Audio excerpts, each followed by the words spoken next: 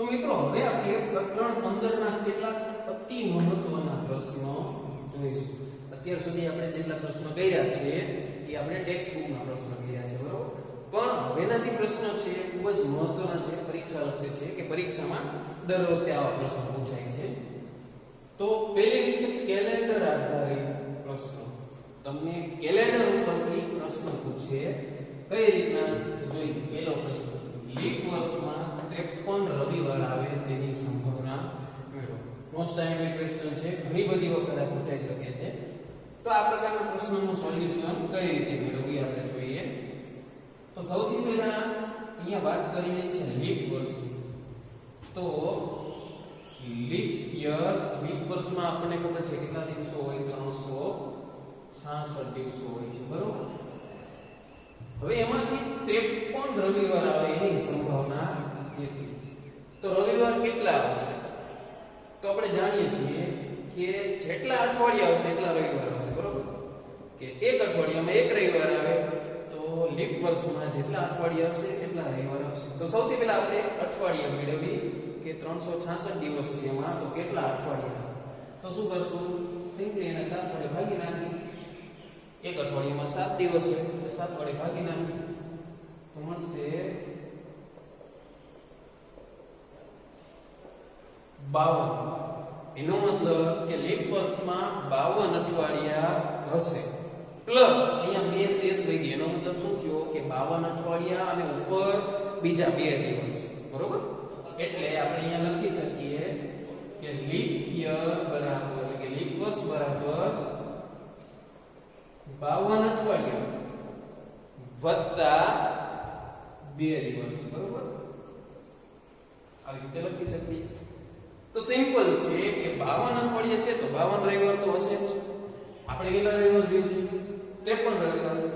તો એનો મતલબ શું થયો કે આ બાકી વધેલા 2 દિવસ છે, જો એ 2 દિવસમાંથી કોઈ એક દિવસે રવિવાર આવે તો કુલ 53 રવિવાર થાય.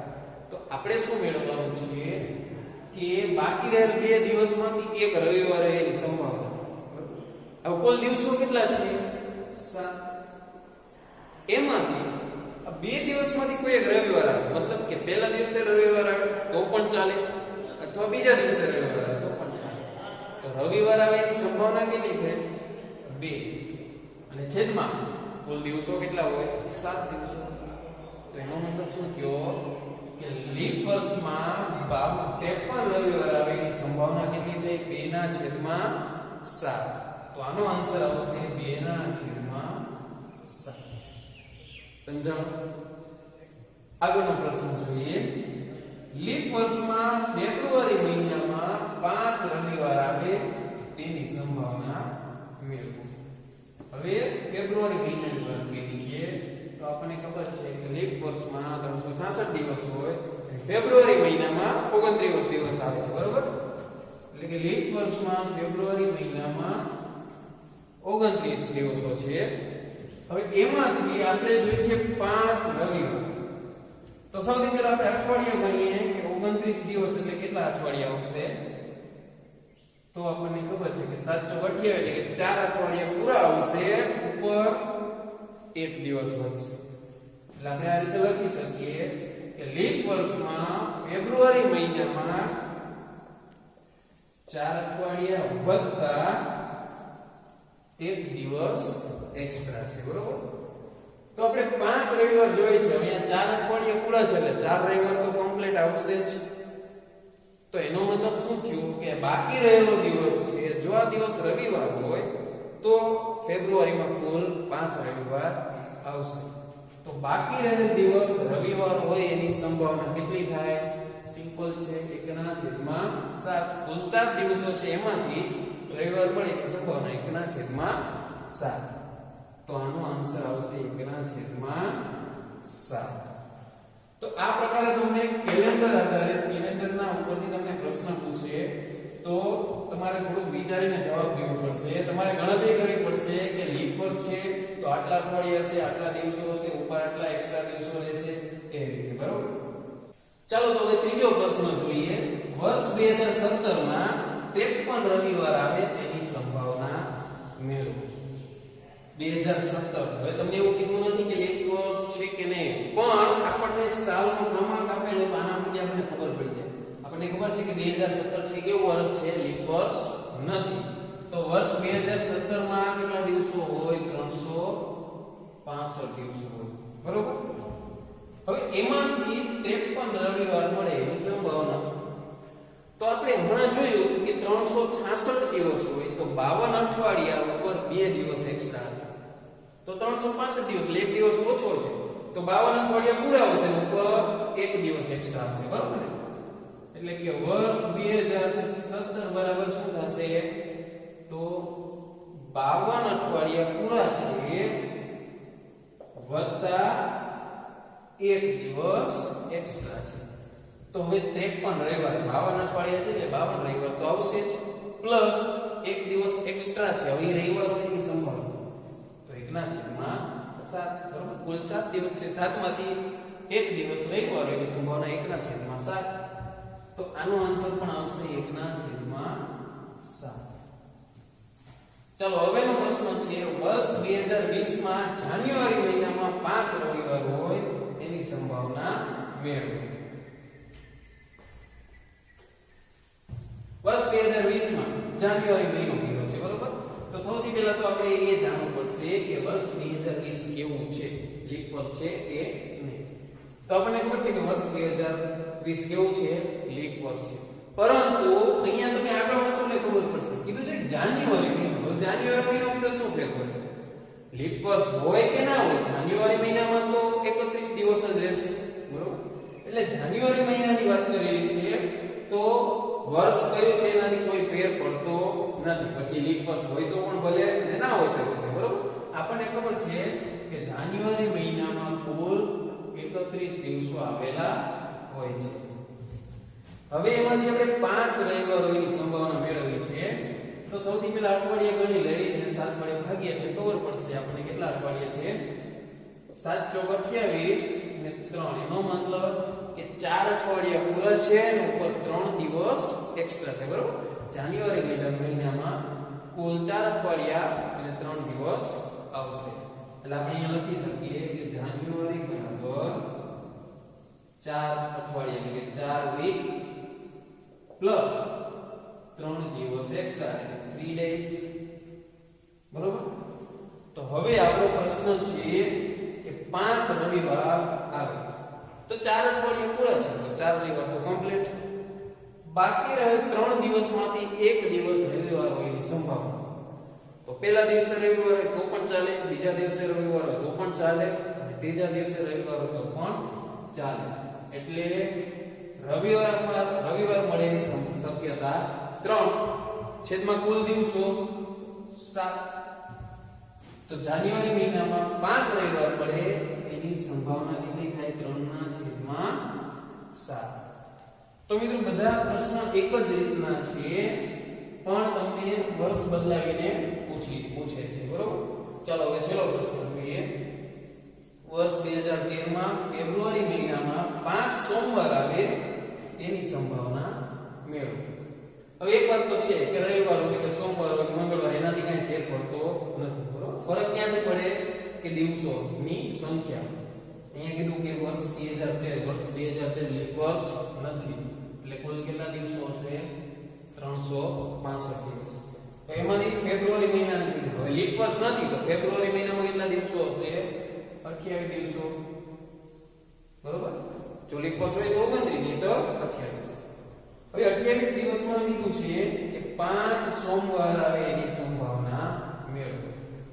હવે 28 દિવસ છે એટલે આપણે અઠવાડિયા ગણીએ તો કેટલા થાય? 7 ચોક 28.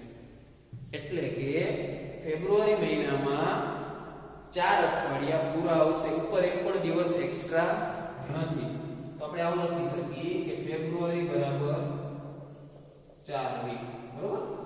4 અઠવાડિયા પૂરા છે તો એનો મતલબ કે દરેક વાર 4 વખત આવશે, બરોબર. 4 સોમવાર, 4 મંગળવાર, 4 બુધવાર આવે. હવે આપણો પ્રશ્ન છે કે 5 સોમવાર આવે. આપણે અહીંયા જોઈ શકીએ કે અહીંયા 4 અઠવાડિયા પૂરા છે, ઉપર એક પણ દિવસ એક્સ્ટ્રા નથી. તો આમાં 5 સોમવાર આવે એ શક્ય નથી. તો આ કેવી ઘટના થઈ? અશક્ય ઘટના થઈ. તો ફેબ્રુઆરી મહિના વર્ષ 2013 માં ફેબ્રુઆરી મહિનામાં 5 સોમવાર આવવાની સંભાવના કેટલી મળશે? 0. કારણ કે અહીંયા 4 અઠવાડિયા છે એટલે કે દરેક વાર 4 વાર આવશે, કોઈ પણ વાર 5મી વખત રિપીટ થશે નહીં. તો મિત્રો આ પ્રકારના પ્રશ્નો તમને પૂછી શકે છે કેલેન્ડર આધારિત. એટલે ખૂબ જ મહત્વના પ્રશ્નો છે અને ધ્યાનથી ગણજો. આ તમારે કરવા જ પડશે, દરેક વખતે પરીક્ષામાં પૂછાય છે. તો હવેનો આપણો ટોપિક છે ગુણ આધારિત પ્રશ્ન. પહેલા આપણે કેલેન્ડર આધારિત જોઈએ, હવે તમને ગુણ આધારિત પ્રશ્ન પણ પૂછી શકે. કઈ રીતે? તો પહેલો પ્રશ્ન છે 50 ગુણની પરીક્ષામાંથી 35 ગુણ મળે તેની સંભાવના ખાલી જગ્યા છે. બરોબર, 50 ગુણની પરીક્ષામાંથી 35 મળે એની સંભાવના. તો આ દાખલો આપણે આ રીતે કરી શકીએ. હવે સૌથી પહેલા તો મોટા ભાગના વિદ્યાર્થીઓ આ પ્રકારના દાખલામાં શું કરે કે તમને કીધું 35 ગુણ મળે એટલે 35 છેદમાં 50 ગુણની પરીક્ષા છે એટલે કુલ 50. આ એનો જવાબ. પણ મિત્રો આ વસ્તુ ખોટી છે. તમને શું કીધું છે? 35 ગુણ મળે. તો 35 ગુણ મળે એવું પરિણામ ફક્ત એક જ થયું. બરોબર, કે જો તમારે પરીક્ષામાં 35 ગુણ આવે તો જ આ ઘટના ઉદ્ભવશે. તો ઘટના ઉદ્ભવે એવું પરિણામ ફક્ત એક જ. બરોબર, એટલે હું અહીંયા લખી શકું કે 35 ગુણ મળે તેવું પરિણામ બરાબર એક જ પરિણામ. બરોબર, કે 100 ગુણની પરીક્ષા છે, 50 ગુણની પરીક્ષા છે, એમાંથી એક જ પરિણામ એવું છે કે જેમાં 35 ગુણ મળે. હવે 35 ગુણ મળે ની સંભાવના કીધું છે, તો 35 ગુણ મળે એવું પરિણામ 1 છેદમાં કુલ પરિણામ. કુલ પરિણામ કેટલા થશે? 50 ગુણની પરીક્ષા છે તો 50. બરોબર, આપણને બધાને એવો જ ખ્યાલ આવે. પણ કુલ પરિણામ થશે 51. શા માટે? તો આપણે અહીંયા જોઈ શકીએ કે 1 થી 50. બરોબર, 1 થી 50 ગુણ તો આવી જ શકે, પ્લસ 0 માર્ક પણ આવી શકે. કોઈ પણ બાળકને 0 માર્ક આવે તો પણ એ ગણાય છે. એટલે કુલ પરિણામ કેટલા? 1 થી 50 વત્તા 0 એટલે કુલ પરિણામ 51 થાય.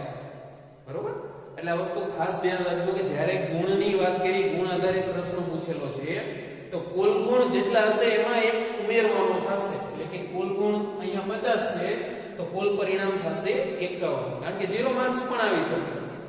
એટલે 35 ગુણ આવે એની સંભાવના થાય છે 1/51. ચાલો હવે બીજો પ્રશ્ન જોઈએ. તો બીજો પ્રશ્ન છે 100 ગુણની પરીક્ષામાંથી 60 કરતા વધુ ગુણ મળે તેની સંભાવના. 100 ગુણની પરીક્ષા એમાંથી 60 કરતા વધુ ગુણ મળે. તો સૌથી પહેલા અહીંયા શબ્દ વાંચી 60 કરતા વધુ. 60 ગુણ નથી કીધા. જો 60 ગુણ કીધા હોત તો એવું એક જ પરિણામ મળે.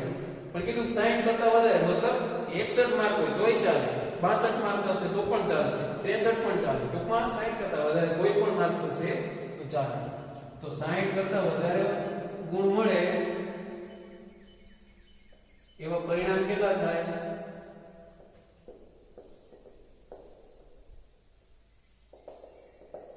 તો આપણને ખબર છે કે 60 કરતા વધારે ગુણ મળે એવા પરિણામ થશે 40. બરોબર, 61 62 63 64 100 સુધી. એટલે કુલ 40 પરિણામ એવા છે કે જેમાં 60 કરતા વધારે ગુણ મળે છે.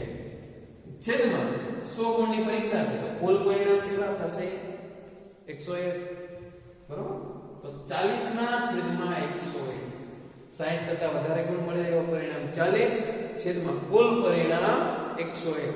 કારણ કે હમણાં કીધું એમ કે 0 માર્ક્સ પણ આવી શકે. તો બીજા પ્રશ્નનો જવાબ છે 40 ના છેદમાં 101. તો આ દાખલા છે થોડા ટફ છે એટલે આપણે ધ્યાન રાખીને ગણશું. ત્રીજો પ્રશ્ન, ગણિતમાં 100 માંથી 100 ગુણ મળે એની સંભાવના ખાલી જગ્યા છે. આ પણ આઈએમપી પ્રશ્ન છે. બરોબર, 100 માંથી 100 ગુણ. તો 100 માંથી 100 ગુણ ક્યારે મળે? અને 100 ગુણ મળે એવું પરિણામ એક જ. બરોબર, કે જ્યારે બધું સાચું હોય, તમારું કમ્પ્લીટ લખેલું હોય ત્યારે તમને પૂરા માર્ક્સ મળે. એટલે કેવું પરિણામ? તો એક જ છે. છેદમાં શક્ય કુલ પરિણામ. તો હમણાં જ વાત કરી કે 100 ગુણની પરીક્ષા હોય તો શક્ય કુલ પરિણામ કેટલા આવશે? 101. તો આનો આન્સર આવશે 1/101.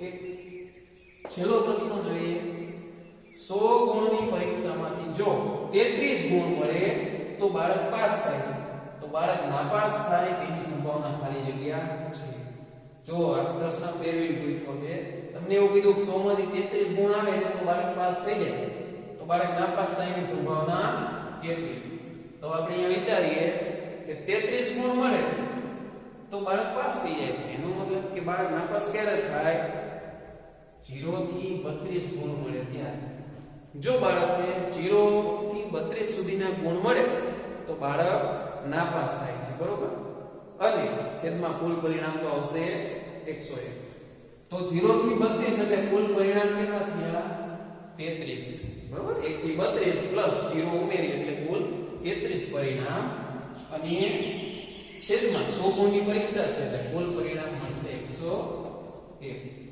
તો આનો જવાબ મળે છે 33 ના છેદમાં 101 બરોબર તો આ રીતના પ્રશ્ન તમને પૂછી શકે છે અને એમાં તમારે ઉતાવળ કર્યા વગર જવાબ લખવાનો છે શાંતિથી વિચારીને લખવાનો છે આ ચેપ્ટરમાંથી એક એક ગુણના 4 પ્રશ્નો પૂછે છે અને મોટા ભાગના આ રીતે હશે એટલે આપણે ખાસ કરશું આ આની સાથે આપણું ચેપ્ટર અહીંયા પૂરું થાય છે જય હિન્દ